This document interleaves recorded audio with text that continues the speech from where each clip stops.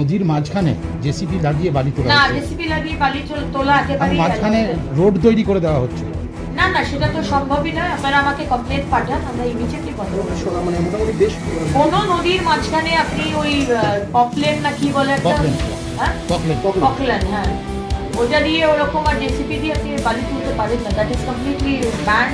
দিনে রাতে এরকম বালি তুলি না, ওটা আমাদের খবর দিন, আমরা ডিএম আচ্ছা, যদি বালি তুলছেও আর কি রাস্তাতে উঠছে কি করে, সেখানে একটা পুলিশেরও একটা থেকে যায়, সেটা দেখতে হবে। দায়িত্ব সেটা থেকে যায় দেখতে একটা। হবে যে না, আমি আপনাকে কি বললাম, লিগাল বালি তো চলবে, আর লিগাল পারমিশন আছে সে বালি তো চলবে। তো দ্যাট ইজ আ ডিফারেন্স।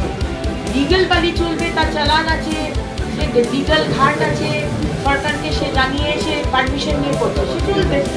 আর কোনো নদীর মধ্যে এনজিটিসিকে বলাই আছে ইউ কান্ট ইউজ প্রবলেম আর ওই যে মেশিনগুলো যেসব ইউ কান্ট ইউজ।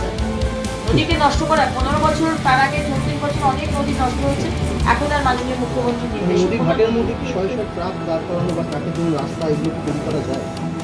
ট্রাকের জন্য রাস্তা তৈরি করা যায় কিনা সেটা আমি বলতে পারবো না, কিন্তু নদীর মাঝখান থেকে আপনি এক্সকেভেট করে বালি তুলছেন মেশিন দিয়ে, সেটা অ্যালাউড।